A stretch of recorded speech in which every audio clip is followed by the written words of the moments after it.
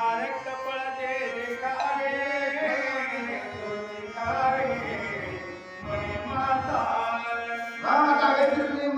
रामचंद्राने विचारलेली कथा आहे. बघा कवी सांगितलंय अंजनी मातेने सांगितलं तुला कशी आहे जन्मताच लंगोटी जी लंगोटी पाहणार तो तुझा गुरु आहे आणि अशी पर्यंत कथा आपण श्रवण केले. आता हनुमंतराय मम्मीला विचार लागले होता मला भूक लागलेली आहे मला मी भूक लागला तर कुठलं फळ खावा. तेव्हा अंजनी मातेने सांगितलं जे लाल फळ आहे त्याचं काय करायचं तू सेवन करायचं आहे. जन्मताची हनुमंत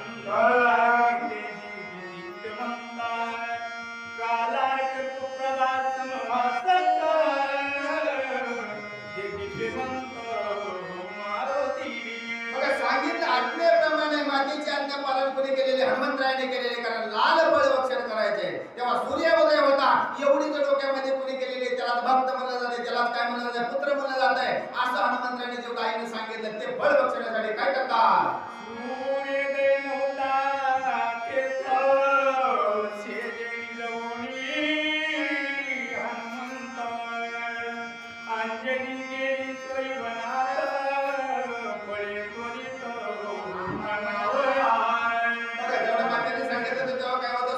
झालेला नव्हता.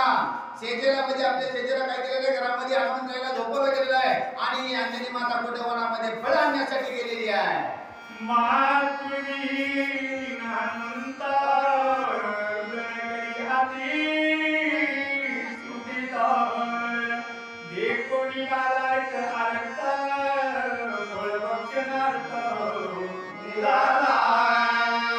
अंजनी माता तर कुठे गेलेले वनामध्ये हनुमंतराया जागे झाले. हनुमंतरायाने बघितलं आता इथं आई नाहीये भूक तर लागलेली आणि आईने सांगितलं होतं की जे लाल फळ आहे आणि ते लाल फळ काय करायचं भक्षण करायचं. तेवढ्यातच सूर्याकडनं सूर्य उदय असा लाल त्याला सफरचंद दिसावं असं हनुमंतराया काय करायचं त्या सूर्याकडे निघालेले आहे.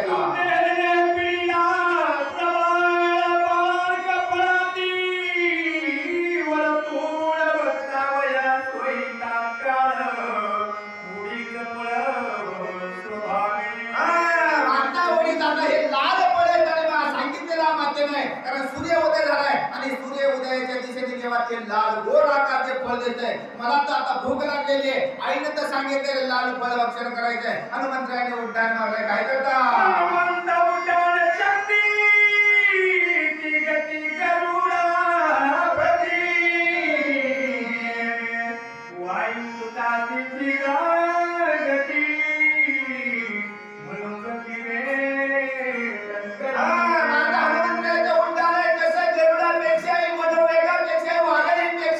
एवढ्या जोराने हनुमंतरायाने उड्डाण केलं गेलेलं का ते लाल फळ भक्षण करायचंय आज्ञेचं पालन करायचंय कर्तव्य लक्ष राहायचंय असं या अगस्ती मुनी सांगायला प्रभू रामचंद्र श्रवण करू लागले.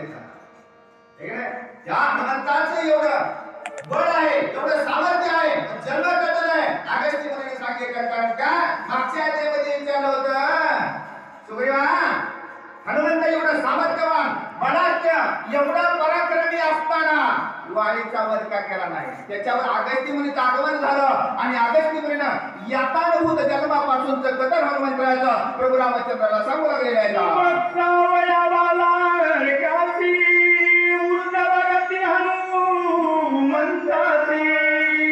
जे कोणी विस्मय सुरवरासी देवर्षी विस्मित एवढे हनुमंतराय आकाशामध्ये सूर्याजवळ जाणार सगळेचे सगळे देव आहेत ऋषी आहेत सगळेचे सगळे विस्मयपन्न अवस्था झाले कारण का हा हनुमंतराय गेलेला सगळे चित्र होऊन काय करतात.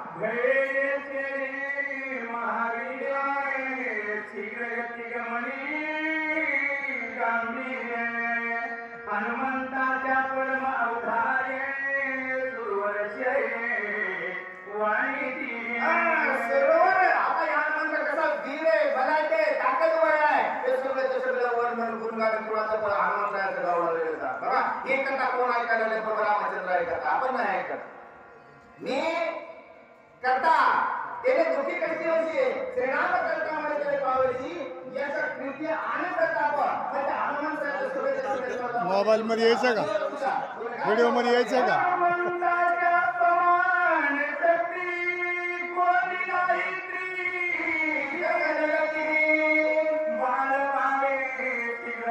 सूर्य वक्षणार्थी लावला सगळ्या देवांनी सगळ्या ऋषीने सगळ्यांनी हनुमंतरायाचं काय करायला जमणार या त्रिजगतामध्ये हनुमंतरायासारखा बलाढ्य नाही हनुमंतरायासारखा ताकदवार बी एक कोणीच नाही असे नाना प्रकारचे हनुमंतरायाच्या कर्मगुणाचा बीज जयकार करून आलेले आहेत मनोरथी चांगलो निभागे हनुमंत चालिला पुढं मार्गी सूर्य किरणाची दान योगी होईल सर्वांगी विस्मित होय आता मनाला टाकून या मागे एखाद्या गतीशी तुलना नसे या सगळ्यांना मागे टाकून कुठं सूर्यमंडळाकडे कोण हनुमंतरायाने गेलेले आहेत मग ही कुणाची ताकद आहे त्या प्रभू रामचंद्राच्या मध्ये त्या भागात गेलेलं आहे हे 3 भागाचा आणि हे 2 भागाची एका भागाचा हनुमंतराय एवढा बलाढ्य आहे मनालाही मागे टाकलं गेलेलं आहे गतीलाही मागे टाकलं गेलेलं आहे आणि अशा वेशामध्ये अशा वेगाने आता हनुमंतरायाने जाणून या वायू